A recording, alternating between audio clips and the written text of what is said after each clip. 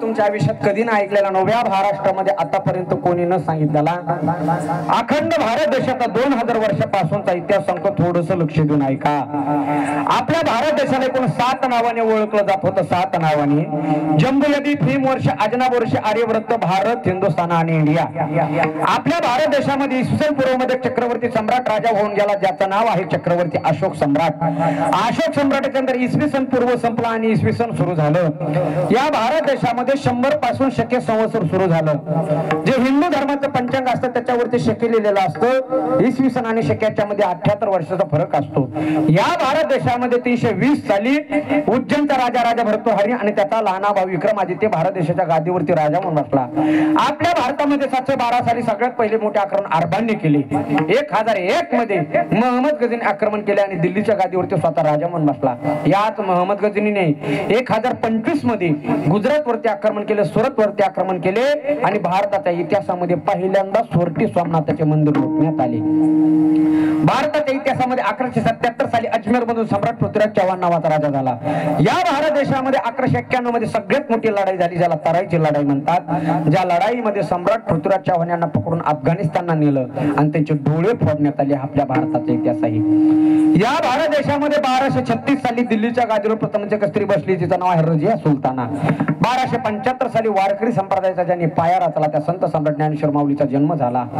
1290 साली या भारत देशामध्ये जलालुद्दीन खिलजीने खिलजी वंशाची स्थापना केली आणि 1296 साली त्याच्या सख्या भावाच्या मुलाने त्याचा खून केला आणि आपल्या सख्या चुलत बहिणीबरोबर लग्न केलं.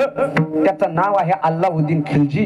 यात अल्लाउद्दीन खिलजी पासून मुस्लिम समाजामध्ये भावकीच्या मुलीबरोबर लग्न करण्याची दुर्दैवी प्रथा सुरू झाली. भारताचा इतिहास आहे. या भारत देशामध्ये 1351 साली फिरोज शाह नावाचा राजा दिल्लीच्या गादीवरती बसला. 1459 ला गुरु नानक यांचा जन्म झाला. 1498 ला प्रथम पोर्तुगीज झाला ज्याचं नाव वास्को डी गामा. 1526 साली अफगाणिस्तानातून बाबर आला. बाबरने इब्राहिम लोधीचा पराभव केला. 1528 साली हाज बाबर अयोध्याला गेला.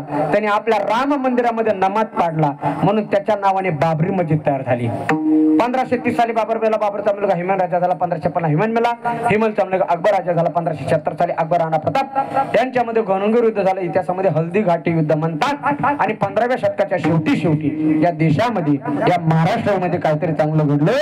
तो दिवस होता 12 जानेवारी 1598 साली. अरे या महाराष्ट्राच्या भूमीमध्ये लखोजी दादा यांच्या पोटी जे कन्यारत्न जन्माला आलं त्याचं नाव आहे जिजाऊ आईसाहेब.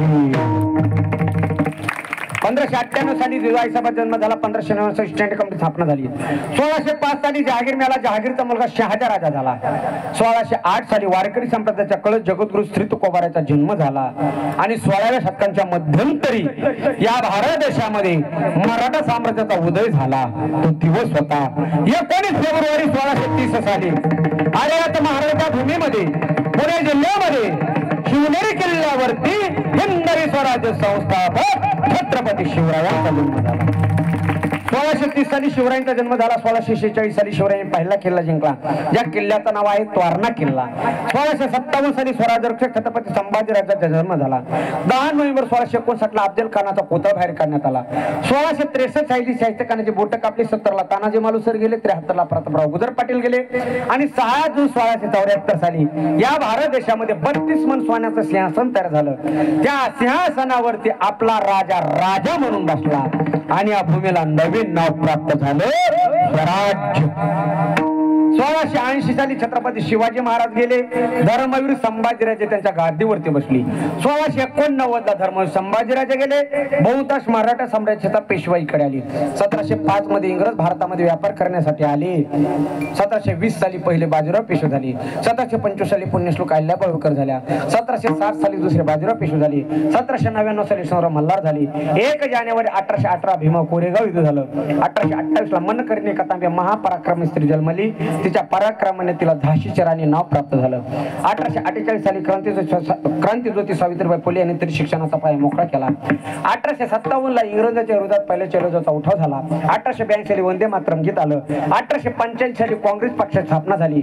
14 एप्रिल 1891 साली महामानव भारतरत्न डॉक्टर बाबासाहेब आंबेडकर यांचा जन्म झाला. ऐका, या महाराष्ट्र भूमीमध्ये या भारत देशामध्ये आपल्या विदर्भामध्ये 1898 साली एका मराठा क्रांती सूर्याचा जन्म झाला.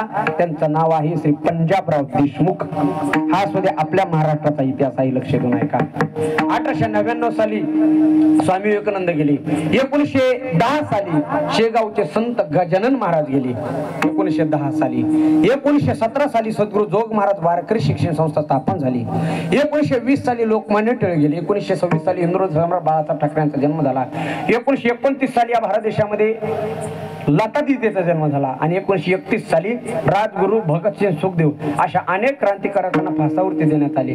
दिनांक 12/12/1940 ला बारामतीच्या काकाचा जन्म झाला. 1942 ला वर्ध्यातून चेलेगावचा उठाव झाला. आणि अखेर 15 ऑगस्ट 1947 साली आपला भारत देश पुन्हा एकदा स्वतंत्र झाला. 47 ला देश स्वतंत्र झाला. 48 ला महात्मा गांधी गेले. 49 ला राज्यघटना लिहिण्यात आली. 26 जानेवारी 1950 ला अंमलात आली. आणि 1952 ला लोकसभेची पहिली निवडणूक झाली. या भारत देशामध्ये स्वतंत्र झाल्याच्या नंतर 1952 ला लोकसभेची पहिली निवडणूक झाली. आणि या देशाचे पहिले पंतप्रधान झाले इंद्रजित महाराज रसाळ. हो, मी नव्हतो त्यावेळेला. मग कोण? पंडित जवाहरलाल नेहरू. दिनांक 1 मे 1960 साली मुंबई संस्था महाराष्ट्र निर्मित झाली. 1961 साली महाराष्ट्राचे मुख्यमंत्री झाले यशवंतराव चव्हाण.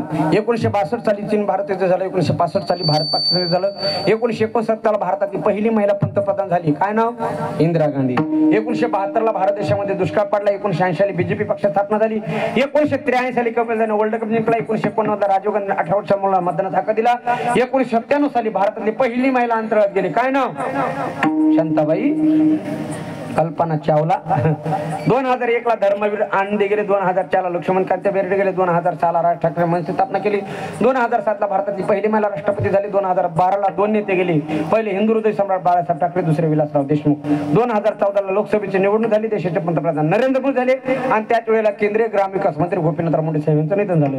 2016 ला नोटबंदी झाली. 2017 ला अखंड महाराष्ट्रातून मराठा मोर्चा निघाला. 2019 ला लोकसभेची निवडणूक झाली. देशाचे पंतप्रधान परत नरेंद्र मोदी झाले. आणि महाराष्ट्रातील दिग्गजांचं महाविकास आघाडीचं सरकार आलं. 2020 ला करोना आला, त्याच्यामुळे लॉकडाऊन झालं. 2021 ला परत करोना आला, परत लॉकडाऊन झालं. जानेवारी 2022 मध्ये अनाथाची मासिक काळ गेल्या. 7 फेब्रुवारी 2022 ला भारत देशाची गाय कोकळ्या लता दीदी गेल्या. जून 2022 ला महाविकास आघाडीचं सरकार ढासळलं. कारण माननीय चालू मुख्यमंत्री एकनाथराव शिंदे हे 40 आमदार घेऊन पंढरपूरला गेले. म्हणजे एवढं माहिती तुम्हाला हे कुठे गेले ते आहे का नाही? कुठे गेले? गुवाहाटीला गेले. आणि सांगोल्याच्या शहाजी बापू पाटील यांचं काय झाडी, काय डोंगर, काय हाटील एकदम गाणं काढलं. नंतर चालू झालं 2024 आपलं 2023. आणि ऐका 2023 मध्ये भारत देशामध्ये फक्त 2च महत्वाच्या घटना घडल्या. पहिली घटना तो दिवस होता 23 ऑगस्ट 2023 चा. या भारत देशाने असा पराक्रम केला, या जगातल्या 231 देशापैकी भारताने पहिला झेंडा चंद्रावरती लावला. म्हणून मी नेहमी सांगत असतो पोरांनो, अरे आमच्या झेंड्यावर चंद्र नसला म्हणून काय झालं? आमचा झेंडा चंद्रावर आहे. आता झेंडा कुठे आहे आपला? चंद्रावर आहे. ही झाली भारताची पहिली घटना. आणि 2023 मध्ये या देशामध्ये दुसरी घटना घडली. तो दिवस होता 14 ऑक्टोबर 2023 चा दिवस उजाडला. या महाराष्ट्रातील एका सामान्य घरातील, सामान्य कुटुंबातील एका सामान्य मराठी माणसाने या महाराष्ट्रातला 1.5 कोटी समाज एका जागेवरती आणला. त्यांचं नाव श्री मनोज जरांगे पाटील.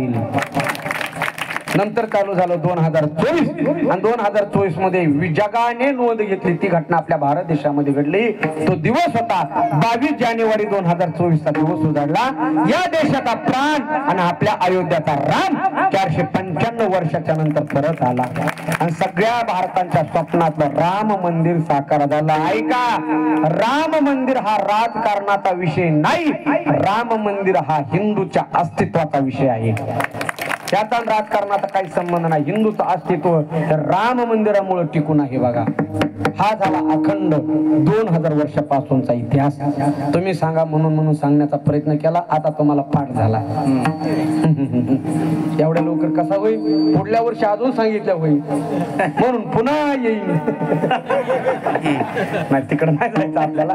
थांबलं पाहिजे नाही का नाही? बरं, वेळेला मर्यादा आहे. 10:30 वाजून गेलेले आहेत. 11:30 10:30 आपलं 8:30 ते 10:30ची वेळ आहे. मी वेळेच्या पुढे जात नाही महाराज. जोग महाराज संस्थेची परंपरा आपली 2 तास कीर्तन करायला टाइम असतो आहे का नाही. त्याच्यात काय काय 2 तास अभंगावरती येत नाहीत.